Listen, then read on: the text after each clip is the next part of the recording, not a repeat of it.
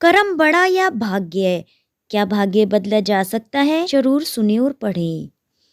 इस दुनिया में कर्म को मानने वाले लोग कहते हैं भाग्य कुछ नहीं होता, और भाग्यवादी लोग कहते हैं किस्मत में जो कुछ लिखा होगा वही होकर रहेगा। यानी इंसान कर्म और भाग्य इन दो बिंदुओं की दूरी पर घूमता रहता है और एक दिन इस जग को अलविदा कहकर चला जाता है। भाग्य और कर्म को अच्छे से समझने के लिए पुराणों में से एक कहानी का उल्लेख मिलता है। एक बार देवऋषि नारद जी बैकुंठ धाम गए। वहां उन्होंने भगवान विष्णु जी का नमन किया। नारद जी ने श्री हरि से कहा, हे प्रभु, पृथ्वी पर अब आपका प्रभाव कम हो रहा है। धर्म पर चलने वालों को कोई अच्छा फल प्राप्त नहीं हो रहा। जो पाप कर रहे हैं उनका भला हो रहा है। और तब श्री हरि ने कहा, ऐसा नहीं है देवऋषि, जो भी हो रहा है सब नियति के जरिए हो रहा है।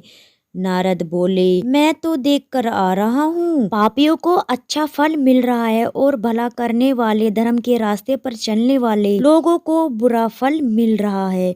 भगवान ने कहा, कोई ऐसी घटना बताओ।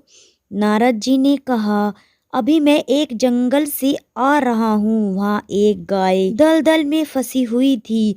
कोई उसे बचाने वाला नहीं था और तभी एक चोर उधर से गुजरा।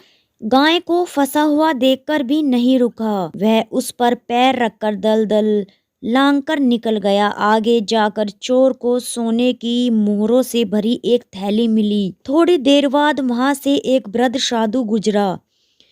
उसने उस गाय को बचाने की पूरी कोशिश की, पूरे शरीर का जोर लगाकर उस गाय को बचा लिया। लेकिन मैंने देखा कि गाय को दलदल से निकालने के बाद वह साधु आगे गया तो एक खड्डे में गिर गया।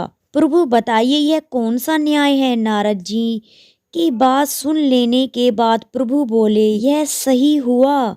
जो चोर गाय पर पैर रखकर भाग गया था, उसकी किस्मत में तो एक खजाना था, लेकिन उसके इस पाप के कारण उसे केवल कुछ मोहरें ही मिली। वहीं उस साधु को गड्ढे में इसलिए गिरना पड़ा क्योंकि उसके भाग्य में मृत्यु लिखी थी।